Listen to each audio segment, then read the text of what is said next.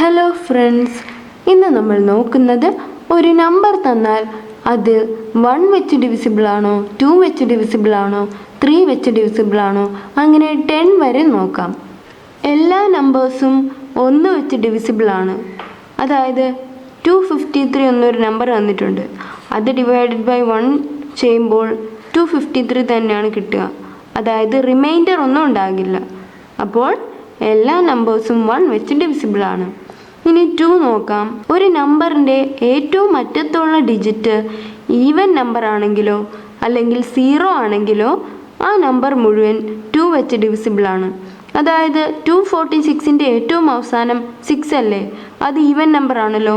അപ്പോൾ 246നെ 2 വെച്ച് ഡിവൈഡ് ചെയ്യാൻ പറ്റും. 720യുടെ അവസാനം 0 ആണ്. അപ്പോൾ 720യെ 2 വെച്ച് ഡിവൈഡ് ചെയ്യാൻ പറ്റും. 253യുടെ അവസാനം 3 ആണ്, ഓഡ് നമ്പറാണ്. അപ്പോൾ 253യെ 2 വെച്ച് ഡിവൈഡ് ചെയ്യാൻ പറ്റില്ല.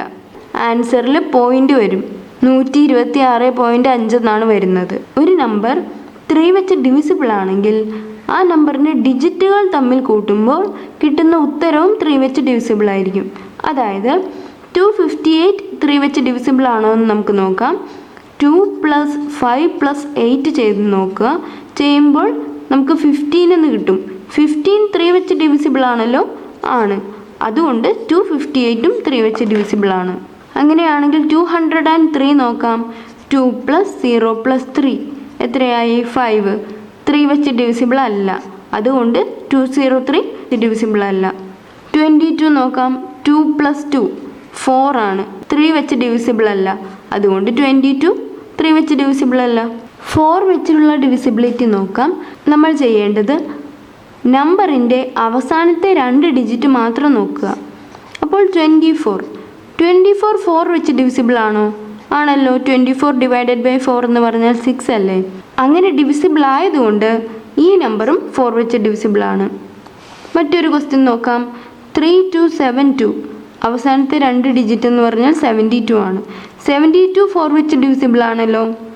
എന്തുകൊണ്ടാണ്? 72 ഡിവൈഡഡ് ബൈ 4 ചെയ്യുമ്പോൾ നമുക്ക് 18 ആണ് കിട്ടുക. അറിയില്ലെങ്കിൽ ഡിവിഷൻ ചെയ്ത് നോക്കിയാൽ മതി. 72 ഡിവിസിബിൾ ആയതുകൊണ്ട് ഈ മുഴുവൻ നമ്പറും 4 വെച്ച് ഡിവിസിബിൾ ആണ്. ഇനി വേറൊരെണ്ണം കൂടി നോക്കാം. 1242 4 വെച്ച് ഡിവിസിബിൾ അല്ല, അതുകൊണ്ട് ഈ നമ്പറും 4 വെച്ച് ഡിവിസിബിൾ അല്ല. ഒരു നമ്പറിൻ്റെ അവസാനം 5ഓ 0ഓ ആണെങ്കിൽ ആ നമ്പർ 5 വെച്ച് ഡിവിസിബിൾ ആണ്. ഇവിടെ 125ൻ്റെ അവസാനം 5 ആണ്, അതുകൊണ്ട് ഇത് 5 വെച്ച് ഡിവിസിബിൾ ആണ്. അടുത്തത് ഇവിടെ 6 ആണ്, അതുകൊണ്ട് ഡിവിസിബിൾ അല്ല. ഇവിടെ 0 ആണ്, അതുകൊണ്ട് ഡിവിസിബിൾ ആണ്. ഇവിടെ 7 ആണ്, അതുകൊണ്ട് ഡിവിസിബിൾ അല്ല. അടുത്തത് 6 വെച്ചുള്ളതാണ്. ഒരു നമ്പർ 2 വെച്ച് ഡിവിസിബിൾ ആണ്, അതുപോലെ 3 വെച്ചും ഡിവിസിബിൾ ആണെങ്കിൽ മാത്രമേ അത് 6 വെച്ച് ഡിവിസിബിൾ ആണെന്ന് പറയാൻ പറ്റൂ. ഉദാഹരണത്തിന് 126നെ 6 വെച്ച് ഡിവൈഡ് ചെയ്യാൻ പറ്റുമോ എന്ന് നോക്കാനായിട്ട് നമ്മൾ ചെയ്യുന്നത്, ഇതിനെ ആദ്യം 2 വെച്ച് ഡിവിസിബിൾ ആണോ എന്ന് നോക്കുക. അവസാനത്തെ നമ്പർ ഈവൻ ആണല്ലോ, അപ്പോൾ 2 വെച്ച് ഡിവിസിബിൾ ആണ്. ഇനി 3 വെച്ച് ഡിവിസിബിൾ ആണോ എന്ന് നോക്കുക. അതെങ്ങനെയായിരുന്നു? 1 + 2 + 6 ചെയ്യുമ്പോൾ നമുക്ക് 9 കിട്ടുന്നു. 9 3 വെച്ച് ഡിവിസിബിൾ ആണല്ലോ, ആണ്. അപ്പോൾ ഇത് 2 വെച്ചും 3 വെച്ചും ഡിവിസിബിൾ ആയതുകൊണ്ട് ഇത് 6 വെച്ചും ഡിവിസിബിൾ ആണ്. വേറൊരെണ്ണം നോക്കാം. 2172 അവസാനം 2 ആണ്, അതുകൊണ്ട് ഈ നമ്പർ 2 വെച്ച് ഡിവിസിബിൾ ആണ്. ഇനി 3 വെച്ച് ഡിവിസിബിൾ ആണോ എന്ന് നോക്കാം. 2 + 1 + 7 + 2 അതായത് 12. 3 വെച്ച് ഡിവിസിബിൾ ആണ്, അപ്പോൾ ഈ നമ്പർ 6 വെച്ച് ഡിവിസിബിൾ ആണ്. വേറെ ഒരു ക്വസ്റ്റ്യൻ നോക്കാം. 4021 ഇത് 2 വെച്ച് ഡിവിസിബിൾ അല്ല, അപ്പോൾ തന്നെ നമുക്കറിയാം ഇത് 6 വെച്ച് ഡിവിസിബിൾ അല്ല. ഇനി 7 വെച്ചുള്ളത് നോക്കാം.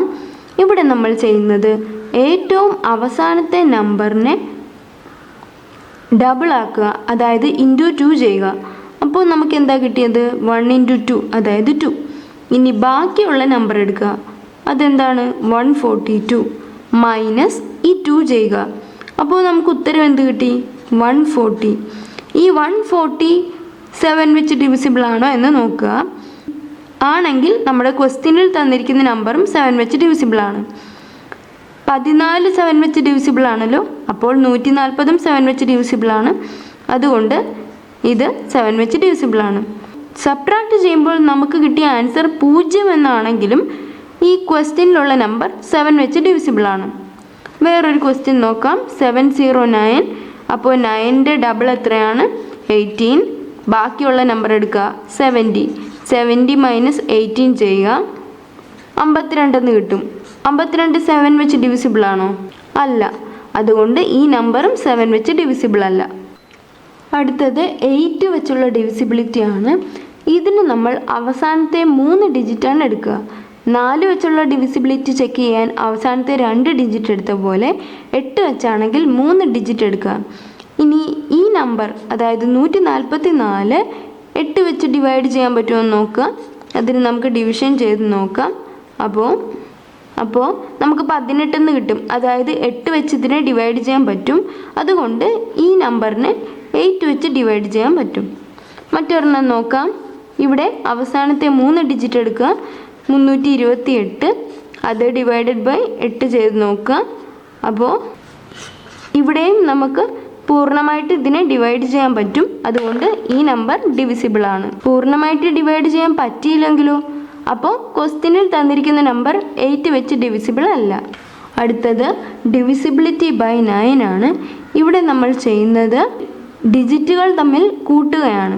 അതായത് 2 + 1 + 4 + 9. അപ്പോൾ നമുക്ക് എന്താ കിട്ടുക? 16 ആണ് കിട്ടുക. 16 9 വെച്ച് ഡിവിസിബിൾ ആണോ എന്നാണ് നോക്കേണ്ടത്. അല്ലല്ലോ. അപ്പോൾ ഈ നമ്പറും ഡിവിസിബിൾ അല്ല. അടുത്തത് നോക്കാം.